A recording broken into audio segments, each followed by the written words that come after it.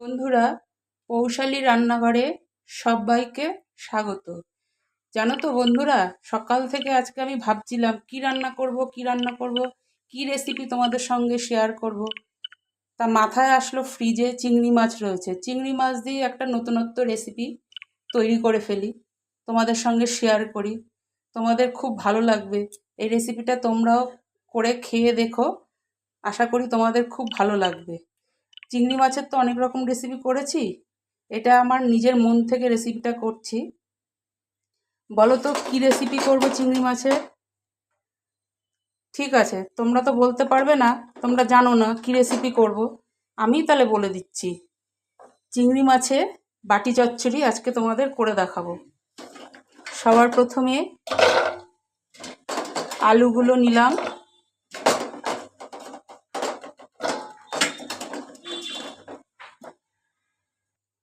দেখো বাটিতে আলুগুলো দিয়ে দিয়েছি। এবার আমি চিংড়ি মাছগুলো দিয়ে দেব।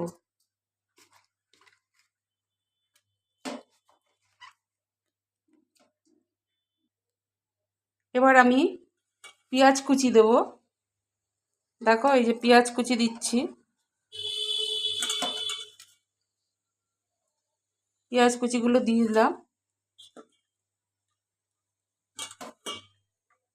এবার 4টে কাঁচা লঙ্কা চিড়ে দিয়েছি।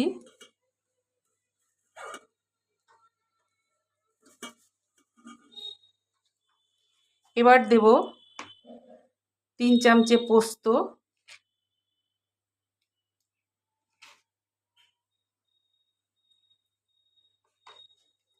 এবার দেব টক দই,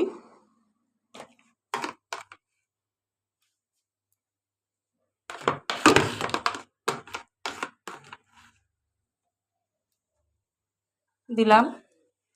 এবার হলুদ দেব, হলুদ দিয়ে দেব। এবার নুন দেব পরিমাণ মতো,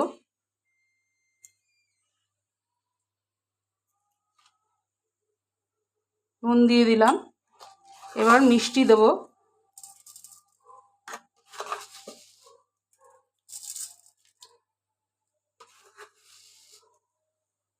চিনিও দিয়ে দিলাম পরিমাণ মতো। এবার ধনেপাতা কুচিগুলো দেব।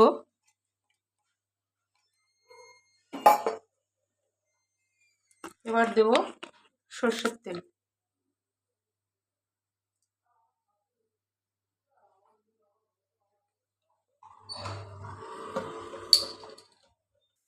দেখো সব দেওয়া হয়ে গেছে।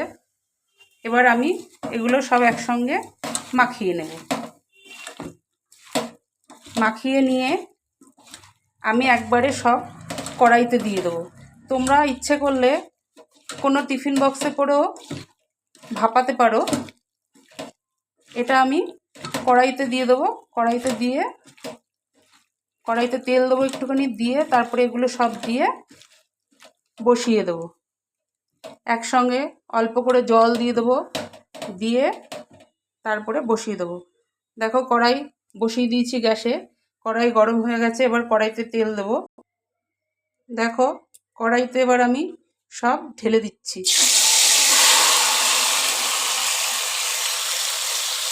সব ঢেলে দিলাম। এবার বাটিতে জল দেব, দিয়ে বাটিটা ধুয়ে সেই জলটাও দিয়ে দেবো কড়াইতে।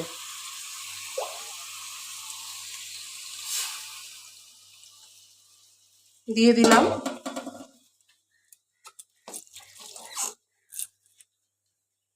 এবার আরেকটু তেল ওপর দিয়ে দিচ্ছি,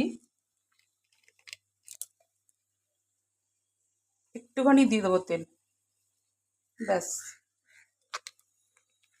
দিয়ে দিলাম। এবার আমি ঢাকা দিয়ে দেব। দেখো ঝোলটা ফুটছে, ঝোলটা আরেকটু মাখা মাখা হবে, আলুগুলো সেদ্ধ হয়ে যাবে, তারপরে আমি গ্যাসটাকে অফ করব।